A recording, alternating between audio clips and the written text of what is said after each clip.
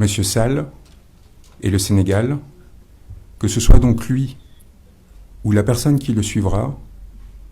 les personnes dont nous allons parler auront à répondre des crimes qu'ils ont commis, ordonnés, planifiés et fait exécuter. Nous avons mené, ce dernier mois, une longue enquête avec la participation de centaines de Sénégalais que je tiens ici à remercier, des citoyens, des fonctionnaires, des gens travaillant dans l'ensemble des administrations du pays, qui nous ont apporté des éléments de preuve, des documents, des contrats,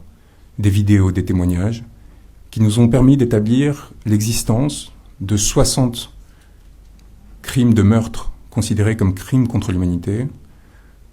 de plusieurs milliers de crimes d'emprisonnement en violation des normes de droit international, de plusieurs milliers d'atteintes à la vie et de blessures, et enfin d'actes de persécution et d'autres actes inhumains. Ces crimes ont été commis, et pardonnez-moi le jargon, mais c'est important, dans le cadre d'une attaque générale et systématique contre une population civile, à savoir des Sénégalais qui cherchaient pacifiquement à défendre leurs idées, à s'opposer à la présentation de leur président à un troisième mandat contre ce qu'ils considéraient être les règles constitutionnelles, et en particulier l'article 27 de la Constitution, et qui plus généralement cherchaient à avoir une représentation politique par le truchement d'un certain nombre de candidats que le régime avait décidé d'éliminer. Parmi les victimes, il y a aussi des fonctionnaires qui ont été persécutés du fait de leurs idées. Il y a des citoyens qui n'avaient pas d'engagement politique particulier et qui ont subi des crimes de meurtre du fait de l'utilisation de balles réelles par les forces de sécurité, par des nervis, alors même qu'ils étaient sans rapport avec les faits dont la situation les a amenés à se trouver confrontés. Ces crimes, nous les avons vérifiés individuellement de façon indépendante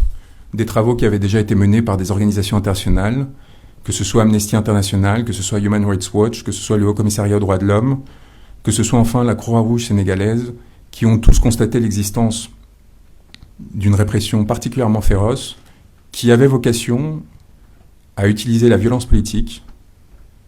à des fins de perpétuation au sein du pouvoir,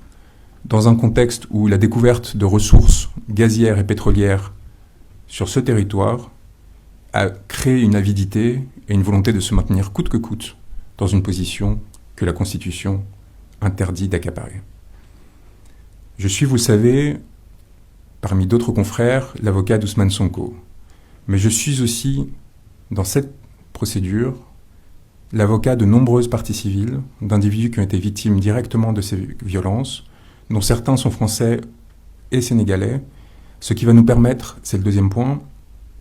de déclencher des procédures en France également, complémentaires à celles qui ont été menées auprès de la Cour pénale internationale, de façon à ne pas dépendre des effets de pouvoir qui influencent cette institution, dont on sait ce qu'elle peut avoir en termes de rapport à la compromission, et pour s'assurer évidemment qu'il n'y aura pas d'impunité et que les dignitaires de ce régime ne puissent plus remettre les pieds sur le continent européen sans craindre de se voir arrêtés. Nous avons reçu plus de 4500 éléments de preuve vérifiés qui ont trait aux événements depuis mars 2021.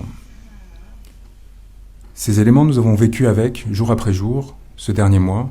essayant de vérifier qui en était la cause, qui en était la victime, dans quel contexte était intervenu, et si en effet cela avait un lien avec la répression politique dirigée par le régime sénégalais. Nous en avons gardé 710 qui servent de support à cette communication de 170 pages que nous avons transmis à la Cour pénale internationale, en particulier au bureau du procureur, à qui nous demandons d'ouvrir sans délai, à partir de ces éléments, un examen préliminaire et une enquête, et de se saisir de lui-même au titre de l'article 13.